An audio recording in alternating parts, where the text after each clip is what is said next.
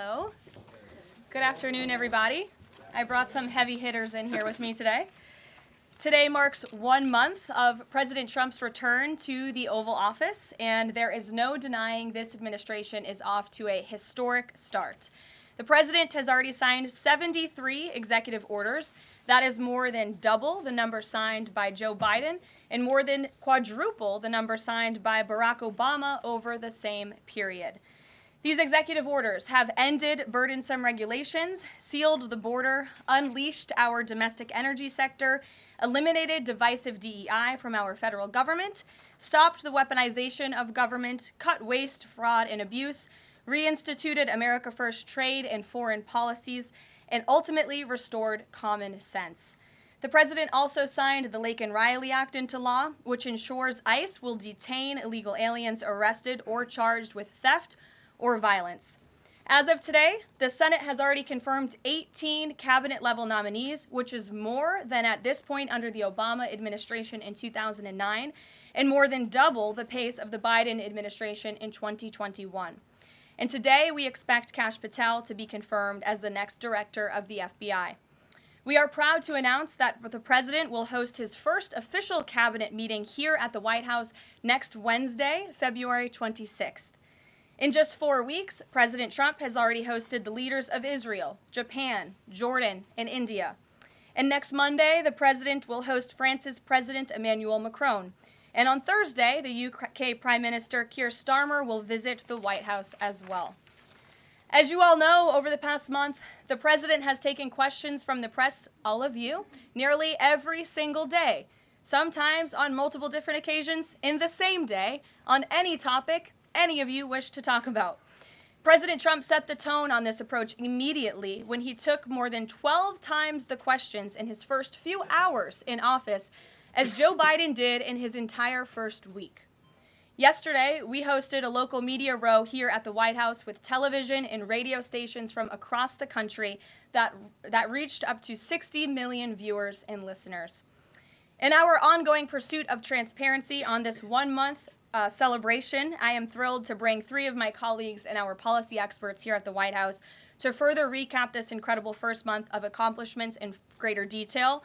We have Deputy Chief of Staff for Policy and Homeland Security Advisor Stephen Miller, the Director of the National Economic Council, Kevin Hassett, and our National Security Advisor, Mike Waltz.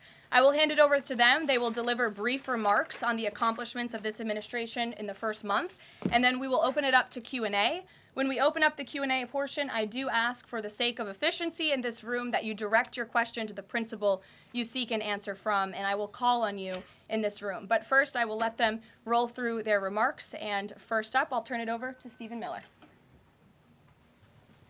Thank you. It's great to be back. And I want to just thank you all for joining today, our 1-month celebration of the most historic opening to a presidency in American history. No president comes close to what Donald Trump has achieved over just the last 30 days.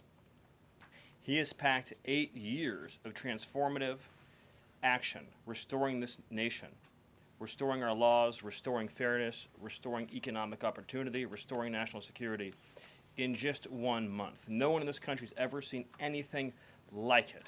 And when you look at the consequentiality and the significance and the transformative nature of the actions he's taking, it truly defies description. For example, in just one area, this nation has been plagued and crippled by illegal discrimination, diversity, equity, and inclusion policies. It's strangled our economy, it has undermined public safety, it has made every aspect of life more difficult, more painful, and less safe.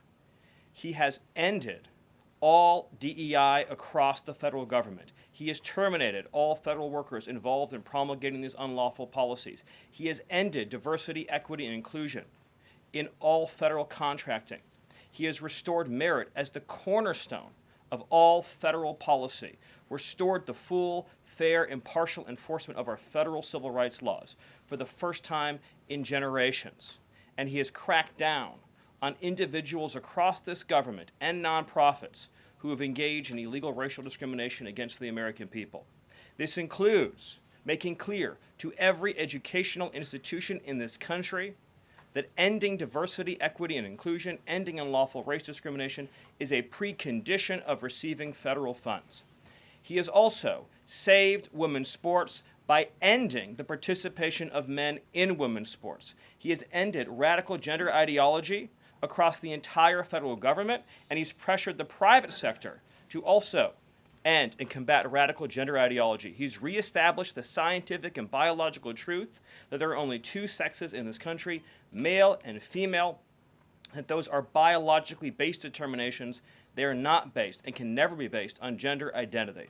That includes rooting out of the Department of Defense all DEI policies, all critical race theory, all gender madness, and once again having a military that is focused solely and exclusively on readiness, preparedness, and lethality.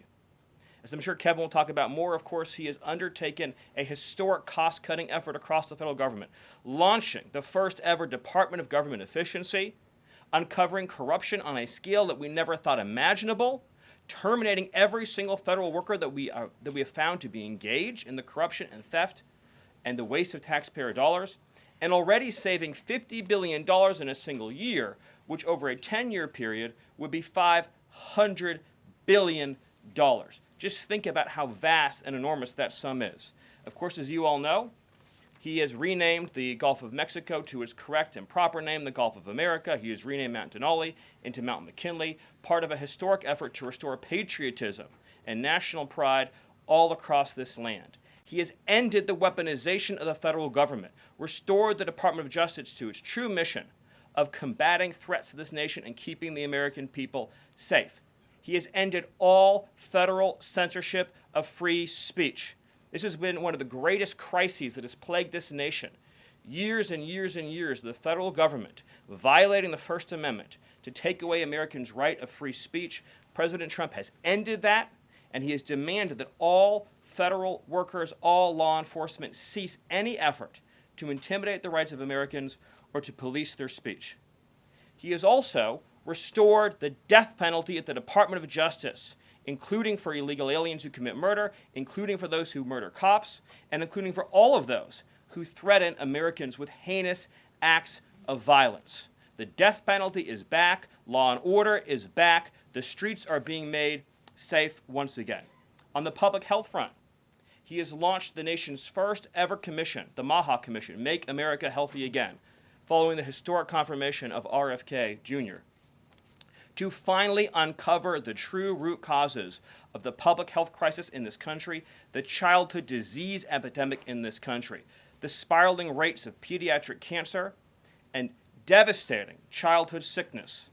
He has finally created a situation where the federal health agencies in this country will be focused on preventing disease, on keeping children from getting sick in the first place, not sending them to a lifetime in and out of hospitals, suffering needlessly, when we can find ways to prevent this epidemic of illness. Then, of course, on Homeland Security.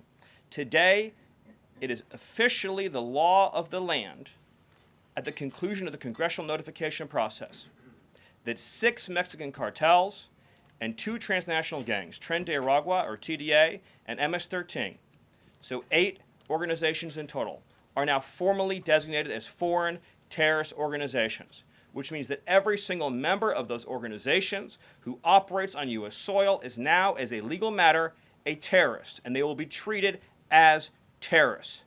This is a sea change in U.S. policy, and this means the Department of Justice and the Department of Homeland Security, along with the rest of U.S. law enforcement and the Department of Defense, are now operating in a legal reality where these cartels are recognized as terrorists. And there will be a whole of government effort to remove these terrorists from our soil and to degrade their ability to threaten or undermine any American security or sovereignty interests.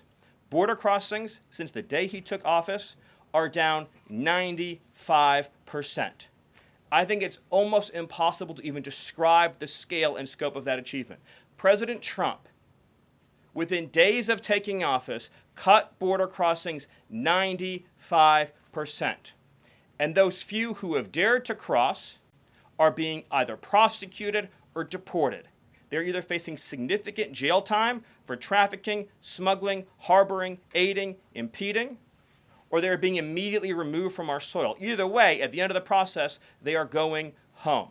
He's re-implemented Remain in Mexico, and he has obtained historic cooperation from foreign countries all around the world in accepting their deportees back. And he has used the United States military to fully seal the southern border with a historic deployment of both active duty and National Guard troops, resumed the building of infrastructure. He has opened up Guantanamo Bay, and he's using military aircraft to carry out deportations all across this country. And ICE is joining with ATF, DEA, and FBI to carry out the largest deportation operation in American history. The criminals are going home. The border is sealed shut. America is safe, sovereign, proud, and free. We are a nation that everyone in the world understands all across this planet. You do not come here illegally. You will not get in. You will go to jail. You will go home. You will not succeed. This is the biggest and most successful change in any area of law enforcement that this nation has ever seen, and he did it in under 1 month. Thank you. Yes. Well, thank you, Caroline. Thank you, Stephen. One of the things that President Trump cares most about is job creation, and it was about 7 years ago I had the honor of joining you in this room for the first time, and it looks like we've created a lot more jobs in the last month. Look at how many people are here. My estimate is about 180, but I didn't count. So thank you. It's really an honor to be back here. I think that I just want to go over a few things and then hand it off to Mike. The first thing is that the president has told us to prioritize fighting inflation. And he had to do that because, as you know, President Biden let inflation get completely out of control. And he did it with policies that made no sense. They made no sense. A lot of times you people say to us, our friends the journalists, why are you doing that? But I like to think, why did they do that? Why did they spend so much money? And then why did the Fed print so much money so that we had inflation as high as we've ever seen since Jimmy Carter? So why did they do that? So we're addressing inflation. We didn't have to address it in the first term because it was always in the ones, almost always. But we're going to get it back there. And how are we doing it? Well, we're doing it with a plan that President Trump and I and others have talked about in the Oval that involves like every level of fighting inflation. First, the macroeconomic level. We're cutting spending. We're cutting spending in negotiations with people on the Hill. We're cutting spending with the advice of our IT consultant, Elon Musk. And then we're also looking into supply side things, like restoring Trump's tax cuts, maybe even expensing new factories so that there's an explosion of supply. If you have an explosion of supply and a reduction in government demand, then inflation goes way down. And then one of the things that you want to say is, well, when are you going to see it?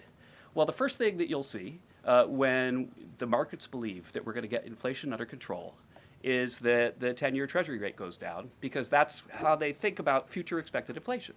And so we're still going to see some memory of Biden's inflation. It's not going to go away in a month. But the 10-year Treasury before the last consumer price index had dropped about 40 basis points. 40 basis points because markets were optimistic about our ability to fight inflation. 40 basis points is kind of not a fun thing to say. Economists talk that way. I apologize. But the way to think about it is, for a typical mortgage, if that affects the mortgage rate, then it's going to save a typical family buying a house about $1,000 a year. And that's just in our first month. Okay. The second thing we've done is we've had a lot of trade talks. In fact, I was just meeting a minister from Mexico with Howard Lutnick just a couple of hours ago. And we're talking about reciprocal trade, and we're also talking about the fentanyl crisis. And so reciprocal trade is about our government treating other governments the way they treat us.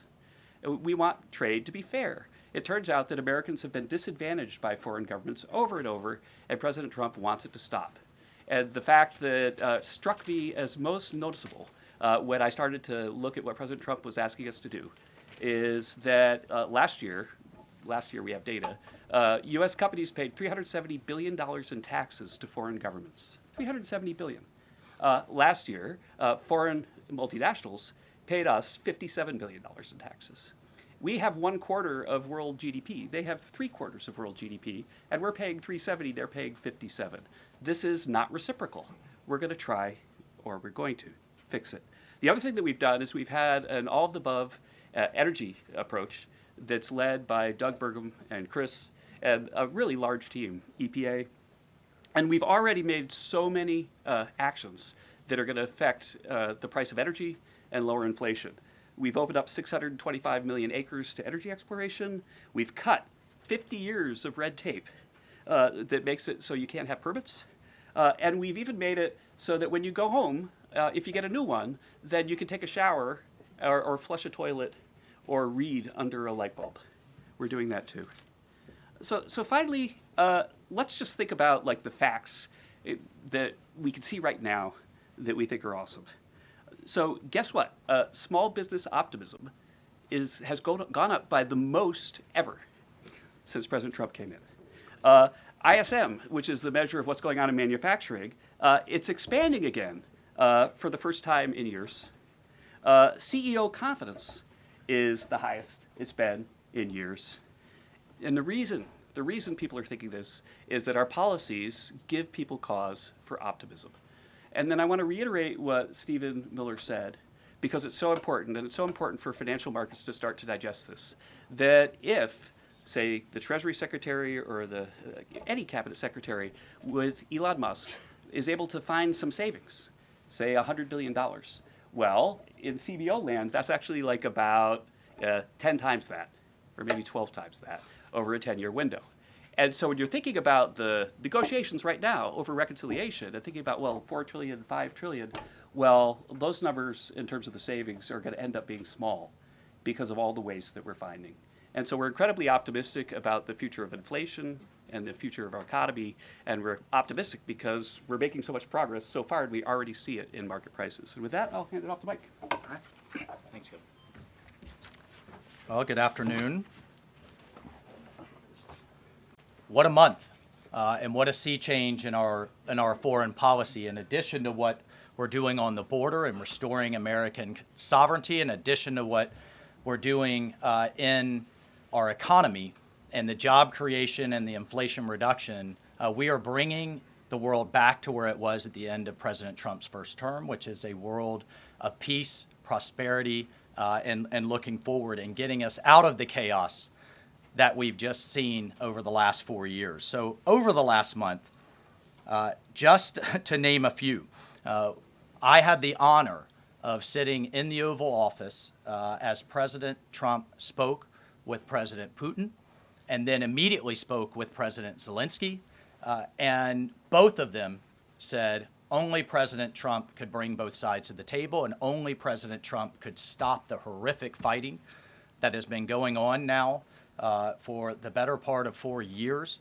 and that only President Trump could drive the world back to peace. Both of those leaders said that in back-to-back calls. And of course, we just had our historic talks mediated by our good friends and partners, Saudi Arabia. We give great thanks to Crown Prince Mohammed bin Salman for hosting, and sat down for the first time in years with the Russians and talked about a path forward with peace. On top of that, and one of the things that led to that was the tremendous confidence building measure that we had with the release of Mark Fogel.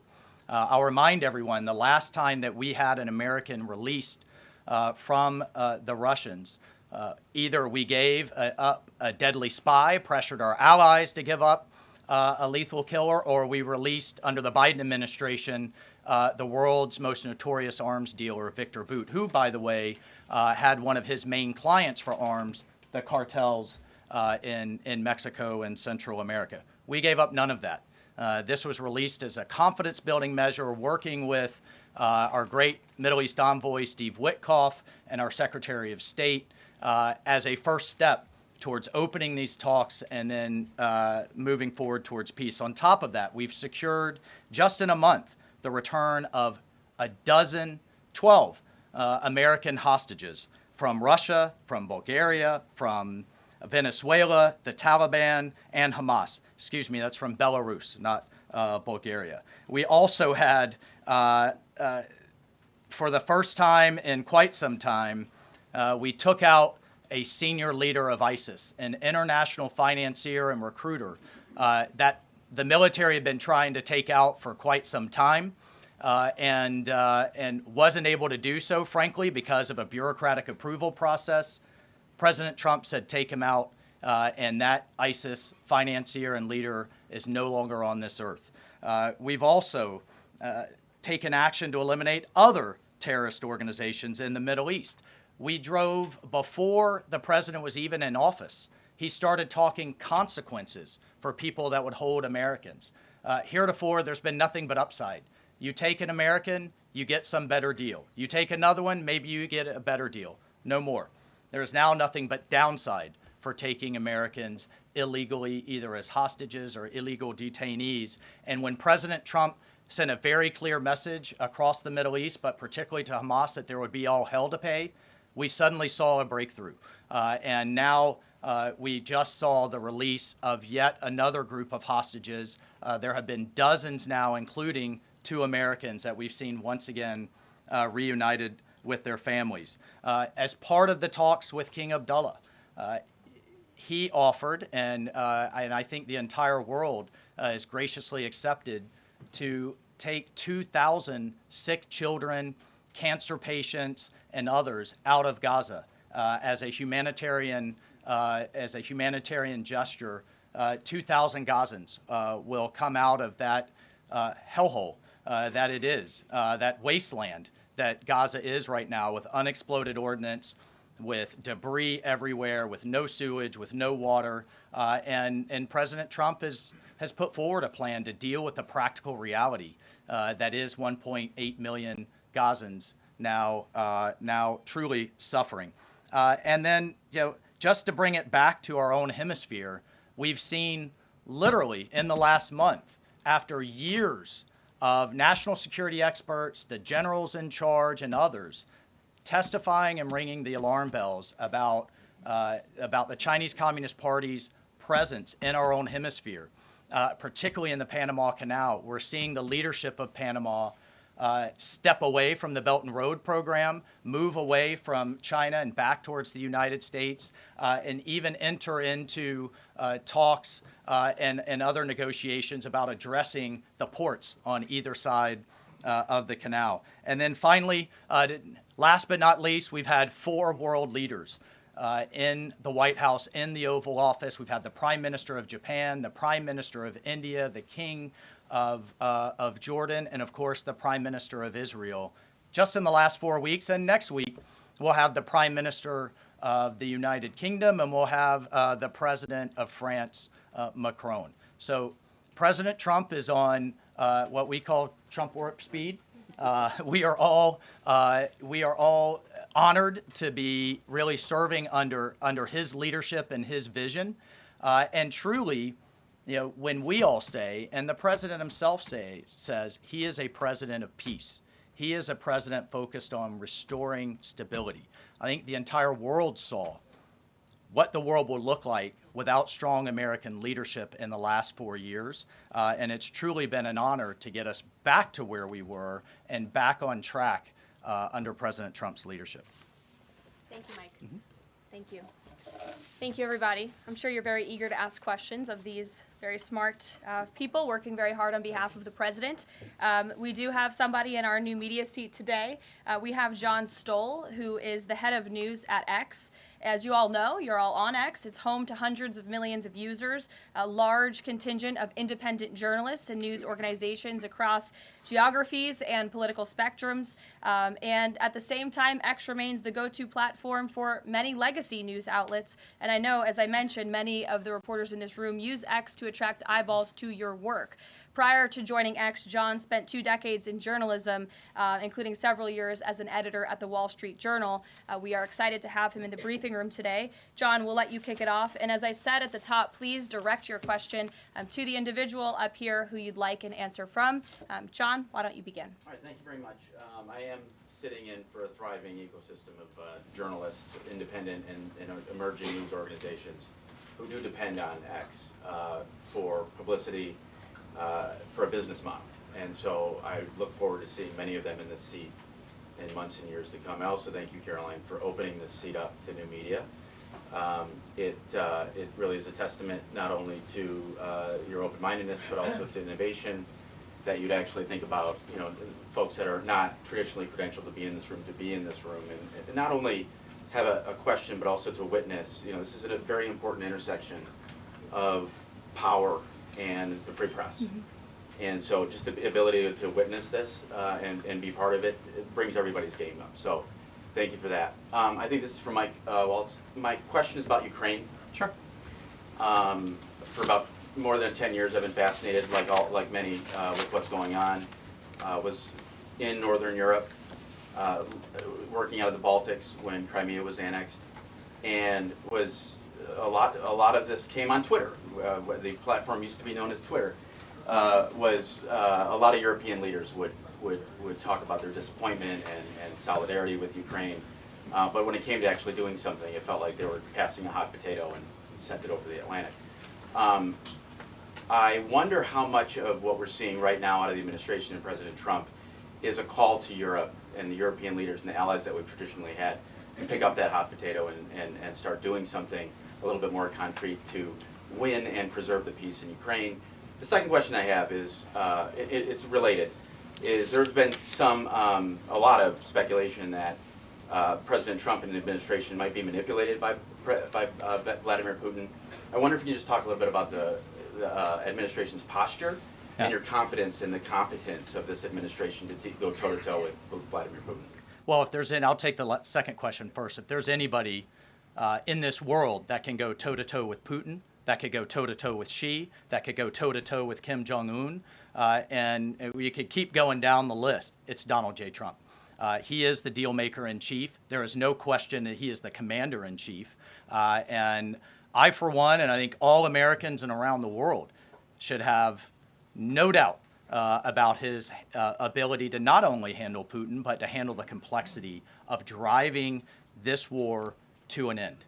And then on your first piece on Europe, I'll take you back to 2014. You're right, there was a lot of hand-wringing in Europe and not a lot of action. There's also a lot of hand-wringing here in Washington under the Obama administration and not a lot of action. They literally threw blankets at the problem. And so I'll remind everyone that Putin had some type of conflict, invasion, or issue with their neighbor under President Bush with Georgia, under President Obama with Ukraine 2014, not under President Trump 45, and again with President Biden in 2022. The war should have been deterred. The war should have never happened, and I have no doubt it would not have happened under President Trump and will stop under President Trump again. But I just want to push back on this notion of our European allies not being consulted as we've entered into this process. I already mentioned the immediate phone call President Trump made to President Zelenskyy. He has talked to President Macron of France repeatedly last week. President Macron convened European leaders and then is coming here on Monday. Prime Minister Starmer is coming next Thursday. I've talked to every one of my national security advisor counterparts across the spectrum in Europe. I've talked to Secretary General Rutte, the leader of NATO, the Secretary General of NATO. We have repeatedly, by the way, we had half our cabinet, 7 cabinet officials, including the vice president, at the Munich Security Conference, all engaging, all listening, and all making sure our allies are heard. However, we've also made it clear for years, decades even, that it is unacceptable that the United States and the United States taxpayer continues to bear the burden, not only of the cost of the war in Ukraine, but of the defense of Europe. We fully support our NATO allies. We fully support the Article 5 commitment, but it's time for our European allies to step up. And one of the things that Secretary General Rutte said on our call was, this last couple of weeks have been a real wake-up call. And I asked him, what have you been missing the last couple of years? The fact that we are going to enter into a NATO summit this June with a third of our NATO allies still not meeting the 2% minimum, a commitment they made a decade ago, literally a decade ago, with a war on their doorstep, the largest war that they're all extremely concerned about, but yet it's, well, somebody else needs to pay. We've got other domestic priorities. It's unacceptable. President Trump's made that clear. And the minimum needs to be met. We need to be at 100% in this June at the NATO summit. And then let's talk about exceeding it, which is what President Trump has been talking about with 5% of GDP. Europe needs to step up for their own defense as a partner, and we can be friends and allies and have those tough conversations. Great. Peter. Thank you, Caroline. I have a Ukraine one and a Doge one. Who can talk Doge? All of us. Well, so Stephen, we're hearing about these Doge dividend checks that would be 20% back to taxpayers, 20% to pay down the debt, 60% is left. Who gets that? Well, the way that it works is when you achieve savings, you can either return it to taxpayers, you can return it to our debtors, or it can be cycled into next year's budget, and then it just lowers the overall baseline for next year. So in other words, you can just transfer it into the next fiscal window and then lower the overall spending level. And that means that you can achieve a permanent savings that way, and that reduces the deficit. And when is it that people might see those checks? Well, this is all going to be worked on through the reconciliation process with Congress that's going underway right now. As you've seen, the Senate's moving a bill, the House is moving a bill. The President has great confidence in both chambers to deliver on his priorities. I would just take this opportunity to note that President Trump has made a historic commitment to the working class of this country to fight for major tax relief and major price relief. And cutting spending, as Doge is doing, and cutting taxes is the key to delivering on both of those promises, and President Trump is resolutely committed to doing both. Thank you. And on Ukraine, I guess this is for Mike. Sure. After the president's post on Truth Social yesterday, need to know, who does he think is more responsible for the Russian invasion of Ukraine, Putin or Zelenskyy? Well, look, his goal, Peter, is to bring this war to an end, period. And there has been ongoing fighting on both sides. It is World War I style trench warfare. His frustration with President Zelenskyy is that you've heard is multifold. One, there needs to be a deep appreciation for what the American people, what the American taxpayer, what President Trump did in his first term, and what we've done since. So some of the rhetoric coming out of Kyiv, frankly, and insults to President Trump were unacceptable, number one. Number two, our own Secretary of Treasury personally made the trip to offer the Ukrainians what can only be described as a historic opportunity. That is for America to co-invest with Ukraine in their minerals, in their resources, to truly grow the pie. So case in point, there's a foundry that processes aluminum in Ukraine. It's been damaged. It's not at its current capacity. If that is restored, it would account for America's entire imports of aluminum for an entire year. That one foundry. There are tremendous resources there. Not only is that long-term security for Ukraine, not only do we help them grow the pie with investments, but we do have an obligation to the American taxpayer in helping them recoup the hundreds of billions that have occurred. So, rather than enter into some constructive conversations about what that deal should be going forward, we got a lot of rhetoric in the media that was incredibly unfortunate. And I could just tell you, Peter, as a veteran, as somebody who's been in combat, this war is horrific. And I think we've lost sight of that, of the literally thousands of people that are dying a day, families that are going without the next generation.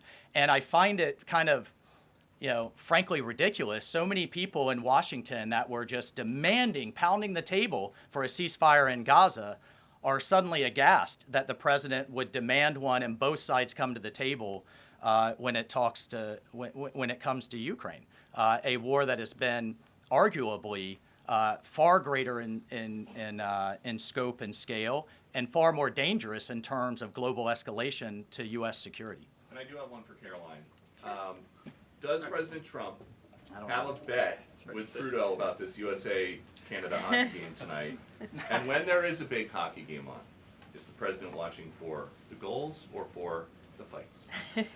Probably both. I think he's watching for the United States to win tonight. I know he talked to the USA hockey team this morning. He talked to the players after their morning practice around 10 o'clock.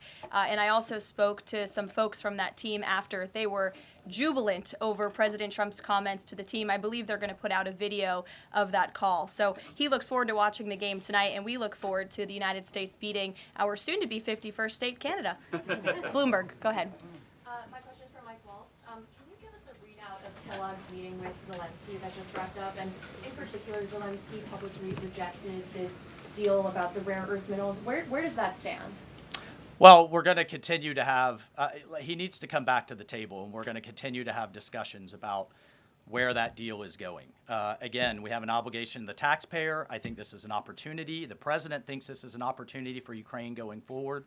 There can be, in my view, nothing better for Ukraine's future and for their security than to have the United States invested in their prosperity long term.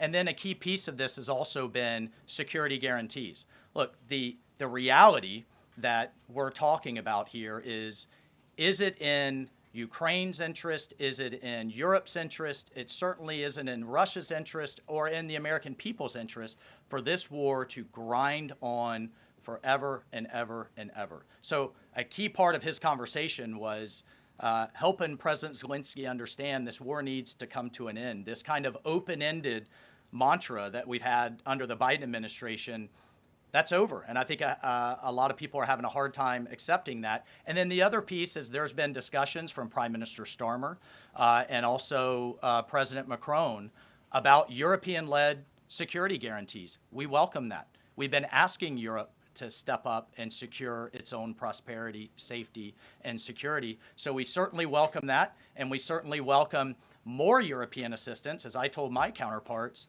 come to the table with more if you want a bigger seat at the table. And we've been asking for that for quite some time. And has Russia pushed for sanctions in your talks with them? And have you consulted with international partners and allies about potentially rolling back sanctions in these negotiations to end the war? The talks with our Russian counterparts, both with my counterpart, the National Security Advisor, Secretary Rubio's counterpart, the Foreign Minister Lavrov, it really was quite broad, focused on what is the goals for our broader relationship, but very clear that the fighting has to stop to get to any of those brighter goals. And as a first step, we're just going to do some common sense things like restore the ability of both of our embassies to function. And again, this is common sense in foreign policy world. They call it shuttle diplomacy.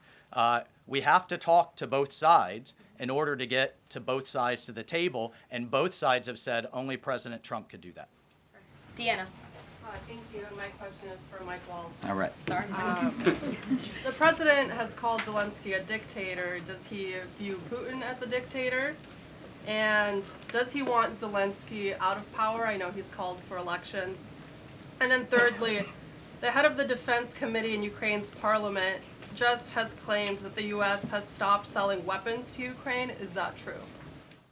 Well, most of our weapons that have gone to Ukraine have been part of a drawdown authority where we've literally taken them out of our stocks and then eventually through appropriations started buying them again to refill our stocks. I'll just state that there has been a lag in a lot of that process. So many of our stocks, as we look at our operations around the world, are becoming more depleted. That's one of the reasons many people have had a lot of concern about when does this end? How much is it going to take? How many lives will be lost? How much will we spend? As a member of Congress, we repeatedly asked the Biden administration those questions, and we never got a satisfactory answer. Look, President Trump is obviously very frustrated right now with President Zelenskyy. The fact that he hasn't come to the table, that he hasn't been willing to take this opportunity that we have offered. I think he eventually will get to that point, and I hope so very quickly. But President Trump, as we made clear to our Russian counterparts, and I want to make clear today, he's focused on stopping the fighting and moving forward. And we could argue all day long about what's happened in the past. Reagan. Yeah, Thanks. what about I have a what about- question for Stephen. Excuse me, I just called on Reagan. Reagan, go ahead. I have a question for Stephen and a question for Mike. Sure. Stephen, I can start with you. There have been Thank you. reports that Trump is unhappy with the rate of deportations and he wants them to be higher. Is the president happy with the rate of deportations, and are there any plans to speed up the process?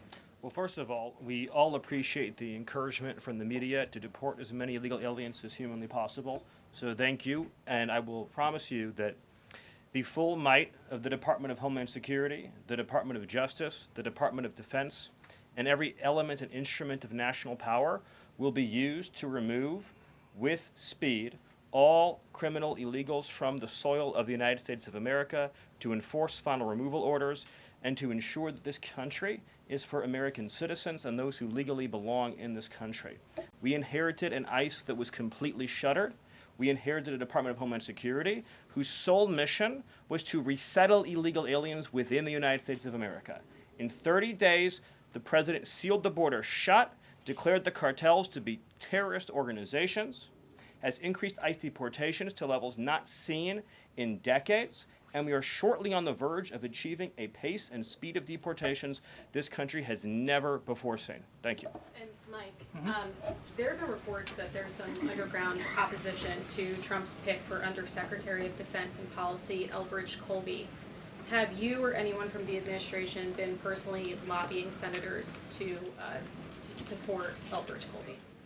Look, I've worked with Bridge Colby in the past. He has the president's full support to be the Undersecretary of Policy, which will be a critical policy arm for Secretary Hegseth going forward that will implement a lot of these policies. And really, that's been to the extent of it. I think there's been a lot of kind of, breathless, I don't know, back and forth in the press, but we're full speed ahead to get the president's team in place so we can implement his America First policy. Thank you. Mike has spoken pretty extensively. Does anybody have questions for Stephen or for Mr. Hassett? Nobody wants to talk about the economy? Sure. IRS? Okay, go ahead. This would be for either one of you. So we reported, several other outlets have reported that about 3,500 people are due to be lose their jobs at the IRS by the end of the week. If the goal of these spending cuts across the federal government has been to reduce the debt, why impose some of the deepest cuts we've seen so far at the agency responsible for raising revenue for the federal government? Well, I think our objective is to make sure that the employees that we pay are being productive and effective. And there are many, more than 100,000 people working to collect taxes, and not all of them are fully occupied. And the Treasury Secretary is studying the matter and feels like 3,500 is a small number. And probably can get bigger, especially as we improve the IT at the IRS. And so I think that it's absolutely something that is on the table for good reasons. And the point is that don't just talk about the IRS, talk about all of government. That there are so many places, I live in DC, you maybe live in DC, where nobody's going to the buildings. People aren't commuting because nobody's doing their job. We look back and we see that there are all these people doing 2 jobs while they're getting a government payroll on the payroll. So the point is we're fixing that, and the IRS is a small part of that picture. So you're saying that everybody who's being let go was doing a bad job? I'm saying that we're studying every agency and deciding who to let go and why. And we're doing so very rationally with a lot of support from analysis. Because we're being told by a lot of people who have been let go at other agencies that they were told they were being dismissed because of poor performance, when in some cases they haven't even had a performance review yet because they've only been on the job a couple of months. Yeah, I've never seen a person who was laid off for poor performance say that they were performing poorly. Okay. Karoline? Good point. Sure, Caitlin. I have a question. I'll start with you, Kevin Hassett. Thank you for being here. And then I've got a question for Mr. Waltz. On these potential checks that you might send out from DOJ, is there a concern as you're thinking through this that they could be inflationary? Oh, absolutely not, because imagine if we don't spend government money and we give it back to people, then if they spend it all, then you're even. But they're probably going to save a lot of it, in which case you're reducing inflation. Okay, so and also, when the government spends a lot, that's what creates inflation. We learned that from Joe Biden. And so if we reduce government spending, then that's, reduces inflation. And if you give people money, then they're going to save a bunch of it. And when they save it, then that also reduces demand and reduces inflation. Okay, so you're not worried about it. And No, I'm Mr. not. Waltz, to follow up on Peter's question, you wrote in an op-ed in the fall of 2023 that, quote, Putin is to blame, certainly like Al-Qaeda was to blame for 9/11. Do you still feel that way now, or do you share the president's assessment as he says Ukraine is to blame for the start of this war? Well, it shouldn't surprise you that I share the president's assessment on all kinds of issues. What I wrote as a member of Congress was as a former member of Congress. Look, what I share the president's assessment on is that the war has to end. And what comes with that? What comes with that should be, at some point, elections. What comes with that should be peace. What comes with that is prosperity that we've just offered in this natural resources and economic partnership arrangement. An end to the killing. and European security and security for the world. The president's not only determined to do that in Europe, he's determined to do it in the Middle East. And just a few months ago, we had an administration that had tried for 15 months, week after week, sitting with you here and couldn't get us to a ceasefire, couldn't get our hostages out. Now we're at that point. We're back to maximum pressure on Iran, and we have just begun, and we will drive towards a ceasefire and all of those other steps. I'm not going to pre-negotiate or get ahead of the sequencing of all of that. It's a very delicate situation. But this is a president of peace, and who here would argue against peace? Okay, so you do share that assessment. And can I follow up? In 2017, go ahead, then Jordan. President Trump. Go Can I ahead, just Jordan. follow up really You quick? just had 2 questions, Caitlin. Meg, Jordan, can I go ahead. I have an important follow-up. Jordan, from go my ahead. So, Go ahead. Mr. Hassett, you were speaking about tariff revenue, and you also addressed a question about the IRS. President Trump has spoken about replacing income tax with tariff revenue, especially with all this waste, fraud, and abuse that we're seeing cut. Is that a possibility? Absolutely. And in fact, if you think about the China tariff revenue that we're estimating is coming in from the 10% that we just added, plus the de minimis thing, that it's between $500 billion and $1 trillion over 10 years is our estimate. And that's something that is outside of the reductions that markets are seeing through the negotiations up on the Hill. And so we expect that the tariff revenue is actually going to make it much easier for Republicans to pass a bill, and that was the president's plan all along. And then I have a question for Stephen Miller about Doge. So you spoke about Doge. You said roughly $50 billion is set to be cut in a year of waste, fraud, and abuse by unelected bureaucrats. We're hearing this ironic narrative from the president's critics and the left-wing media that Elon Musk is an unelected bureaucrat and he's doing all this terrible stuff. Isn't one of Doge's objectives to get rid of the federal bureaucracy, the deep state, and also who was running the White House when Joe Biden was in office? Because I don't know a single person who believes it was Joe Biden. Yes, you're tempting me to say some very harsh things about some of our media friends. Yes, it is true that many of the people in this room for 4 years failed to cover the fact that Joe Biden was mentally incompetent and was not running the country. It is also true that many people in this room who have used this talking point that Elon is not elected fail to understand how government works. So I'm glad for the opportunity for a brief civics lesson. A president is elected by the whole American people. He's the only official in the entire government that is elected by the entire nation, right? Judges are appointed, members of Congress are elected at the district or state level, which is one man. And the Constitution, Article 2, has a clause known as the vesting clause, and it says the executive power shall be vested in a president, singular. The whole will of democracy is imbued into the elected president. That president then appoints staff to then impose that democratic will onto the government. The threat to democracy, indeed the existential threat to democracy, is the unelected bureaucracy of lifetime tenured civil servants who believe they answer to no one, who believe they can do whatever they want without consequence, who believe they can set their own agenda no matter what Americans vote for. So Americans vote for radical FBI reform, and FBI agents say they don't want to change. Or Americans vote for radical reform on our energy policies, but EPA bureaucrats say they don't want to change. Or Americans vote to end DEI, racist DEI policies, and lawyers of the Department of Justice say they don't want to change. What President Trump is doing is he is removing federal bureaucrats who are defying democracy by failing to implement his lawful orders, which are the will of the whole American people. Thank you. Thank you very much, everybody. I'm looking at the clock. We've almost had an hour of time. I know a couple of these individuals have a meeting to get to at 2 p.m., so you're welcome to follow up with my team for further questions. We're going to let these guys get back to running the United States government, and we will see you all later. President Trump will be speaking at 3 o'clock at the Black History Month reception. So thank you. It's good to see you. We'll see you in a bit. Don't miss out. Log on to oneindia.com for more updates.